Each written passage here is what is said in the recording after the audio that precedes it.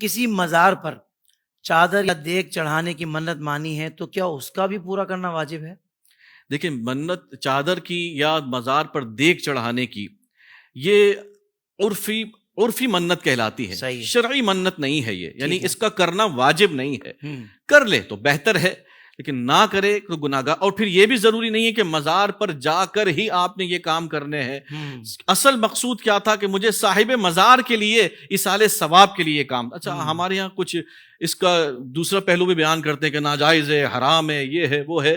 تو ناجائز کیسے ہے؟ ہم تو کسی صاحب مزار کے ایصال ثواب کے لیے کر رہے ہیں کہ میں اس کے ایصال ثواب کے لیے دیگے کھلانا چاہتا ہوں۔ تو آپ وہاں کریں یا یہاں کریں، یہ عرفی منت ہے، نہ بھی کریں تو آپ پر گناہ گار نہیں ہوں گے، کر لیں تو بہتر ہے۔ لیکن مزار پر چادر کے متعلق یہ ذرا میں اس پر تھوڑا سا کلام کرنا چاہوں گا کہ اعلیٰ حضرت علیہ الرحمہ فرماتے ہیں کہ ایک مزار پر ایک چادر موجود ہے، ہنوز باقی ہے، تو پھر دوسری چادر اس پر چڑھانا فضول ہے۔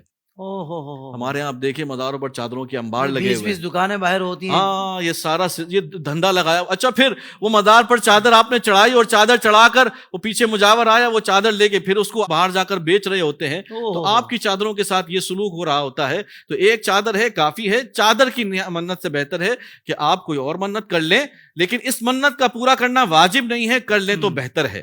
واجب انہی منتوں کا ہے جو میں نے آپ کو بتائی، نماز ہے، روزہ ہے، حج ہے، دیگر ہے، صدقہ زکوٰۃ ہے، وہ واجب ہے، وہ آپ کو کرنی ہوگی۔ یعنی صاحب مزار سے عقیدت کا اظہار ضرور کریں، مگر اس کی ڈائریکشن درست کریں، ڈائریکشن درست کریں۔ جو چیز کام میں ہی نہیں آنی اور جس کا غلط استعمال بھی چادروں کا وہ کر رہے ہوتے ہیں، اس طرح بیچ رہے ہوتے ہیں دوبارہ، تو پھر ہم وہ کام ہی کیوں، اس کو کیوں فروغ دیں اس کام کو؟ اچھا، پھر میں عرض کروں کہ صرف چادر ہی نہیں، وہ تالے باندھنے کی منتیں، دھاگے باندھنے کی منتیں، اور نہ جانے وہاں پر کیا کچھ نہیں ہو رہا۔ خدا را، یہ میں اپنے سنی مسلمانوں سے درخواست کروں گا ہاتھ جوڑ کر، خدا را مزاروں پر جا کر ایسا کام نہ کریں جس کا شریعت سے کوئی تعلق نہیں ہے۔ کرتے آپ لوگ ہیں، جواب علماء کو دینے پڑتے ہیں۔ اور اس کا اگر آپ اعلیٰ حضرت کی تعلیمات دیکھیں تو اعلیٰ حضرت نے کیا تعلیمات ارشاد فرمائی ہیں کہ جب صاحب مزار کے بارگاہ میں حاضر ہو تو آپ پائنتی کی جانب سے جائیں اور 4 ہاتھ کے فاصلے پر کھڑے رہے، اور وہی کھڑے رہ کر سلام عرض کی دعا پڑھی، جو کچھ پڑھنا پڑایا، اور پھر آپ سر کی جانب سے نکل گئے۔ نہ آپ کو وہاں چمٹنے کا حکم ہے، نہ آپ کو وہاں بوسے دینے کا حکم ہے، نہ آپ کو وہاں جھولے لٹکانے کا حکم ہے، نہ وہاں دھاگے باندھنے کا حکم ہے۔ ایسا کوئی حکم نہیں ہے۔ اگر ہم اعلیٰ حضرت ہی کی فقط تعلیمات پر عمل کر لیں تو ہم پر اتنے سارے جو اعتراضات ہوتے ہیں وہ بھی ختم ہو جائیں کہ ہم جو وہاں پر ہو رہے ہیں۔ اور یہ بھی میں عرض کروں کہ یہ جتنے مزارات غیر عالم جاہل مجاوروں کے زیر انتظام ہیں، یہ صرف وہیں کام ہو رہے ہیں، لیکن جہاں علماء ہیں وہاں کبھی آپ کو یہ چیزیں نظر نہیں سبحان اللہ، سبحان اللہ۔ جتنے بھی جاہل لوگ ہیں یہ کام کر رہے ہیں، علماء کی موجودگی میں یہ کام کبھی نہیں ہو سکتا، آپ دیکھیں گے انشاءاللہ۔ بالکل ٹھیک ہے۔ ناظرین کرام، واقعتاً جو الحمدللہ مسلک اہل سنت ہے، اس میں جو بھی احکامات علماء کرام بیان کرتے ہیں تو یہ قرآن و حدیث کے مطابق ہی بات یہاں ہوتی ہے۔ جو قرآن و حدیث سے متصادم ہے، اول تو کوئی بزرگ کو کرتا ہوا پائیں گے نہیں، کیونکہ وہ بزرگ ہی نہیں ہے جو قرآن و حدیث سے متصادم بات کو اپنائے اور فروغ دے۔ سب ایسا ہی ہے۔ اور جو بزرگوں کی باتیں یہاں کی جاتی ہیں الحمدللہ قرآن و حدیث سے متصادم نہیں ہوتی، یقین مانے نہیں ہوتی، اور انہی کو ہم اپنا بزرگ کہتے ہیں اور انہی کی تقلید کرتے ہیں جو نظریاتی اور فروعی معاملات ہوتے ہیں اس کے اندر۔ اور بنیادی عقائد تو وہ تو ظاہر بات ہے کہ ہم نے بغیر دلیل بھی ماننے ہیں الحمدللہ۔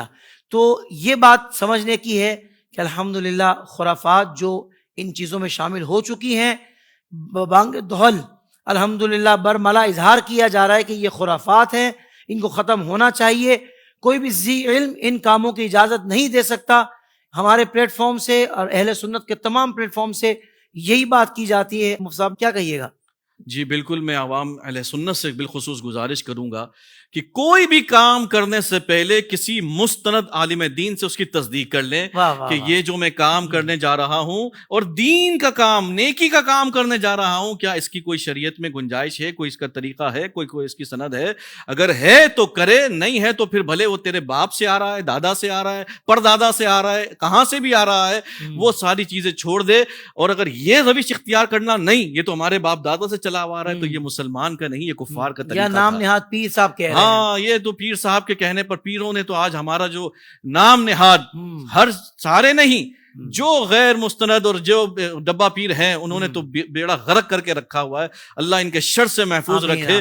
جو خود بھی گمراہ ہو رہے ہیں اپنے عقیدت مندوں کو بھی گمراہ کر رہے ہیں.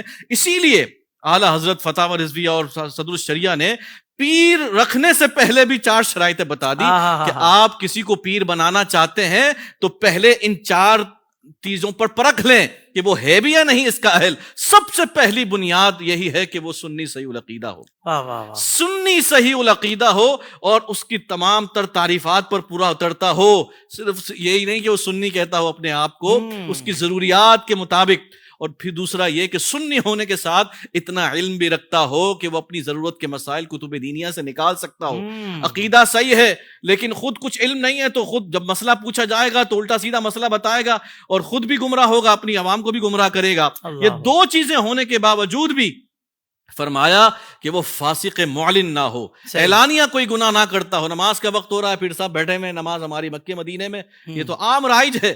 اسی طرح اس کا سلسلہ رسول اللہ صلی اللہ علیہ وسلم تک متصل ہو. باقی شرائط ہونے کے باوجود یہ ایک شرط بھی اگر مفقود ہے تو وہ پیر ہونے کا اہل ہی نہیں ہو سکتا. اس لیے میں عوام الناس سے کہتا ہوں خدا را پیر بنانے سے پہلے بھی ان 4 شرائط کا حامل پیر دیکھیں, پھر اس کی اتباع کریں, ورنہ وہ خود بھی گمراہ ہوگا اور آپ کو بھی گمراہ کرے گا. سبحان اللہ, سبحان اللہ, سبحان اللہ. آپ نے بہت کمال کی رہنمائی فرمائی ہے. اللہ تعالیٰ آپ اس کی بہترین جزا عطا فرمائے.